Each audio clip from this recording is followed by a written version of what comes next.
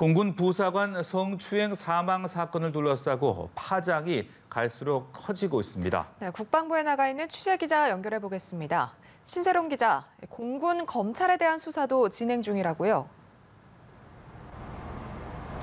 네, 공군 부사관 사망 사건과 관련해 2달간 사실상 뒷짐만 지고 있었다는 정황이 확인된 공군 검찰에 대한 수사가 진행 중입니다.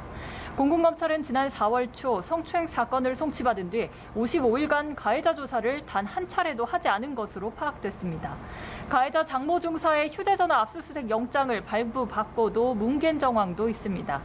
한편 피해자 이 중사가 소속 부대에 성고충을 여러 차례 호소했음에도 대응 체계가 작동하지 않은 이유도 들여다볼 방침입니다. 국방부는 사건을 이관받은 직후 공군 본부와 해당 부대에 대한 감사에 착수했는데요.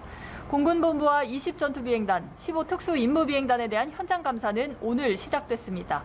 군 당국에 따르면 공군 본부 양성평등센터는 성추행 사건에 대해 국방부 양성평등과에 즉시 보고하게 되어 있지만 이를 하지 않았던 것으로 확인됐습니다.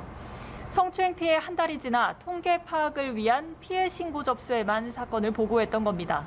이 때문에 국방부에서는 장관 등 관련 지휘계통 보고가 이뤄지지 못했던 것으로 보입니다. 국방부 합동수사단의 수사도 속도를 내고 있습니다. 지난 4일 20전투비행단에는 성범죄 수사대가 투입됐는데요. 수사대는 비행단에 상주하며 증거를 확보하고 관련자들을 조사 중입니다. 특히 군사경찰 수사관들과 간부, 즉 초동수사 부실 의혹과 이중사를 회유하거나 방치한 의혹을 받는 간부들을 소환해 조사 중인 것으로 전해졌습니다. 네, 이런 가운데 이중사의 유족들이 오늘 추가로 고소장을 제출할 예정이라고요? 네, 이중사의 유족이 사건 초기 변호를 맡았던 국선 변호사 A씨에 대한 고소장을 오늘 제출할 계획입니다. A씨는 이모 중사가 성추행 피해를 정식 신고한 지 엿새 만인 지난 3월 9일 국선 변호사로 지정됐는데요. 몇 차례 전화와 문자 메시지만 했을 뿐 한 차례도 면담을 하지 않았던 것으로 알려졌습니다.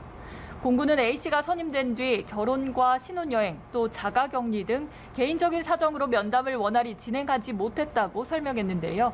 유족 측은 성추행 피해 신고 후 2차 가해까지 당한 피해자를 적극적으로 도와야 할 변호사가 사실상 피해자를 방치했다고 주장하고 있습니다.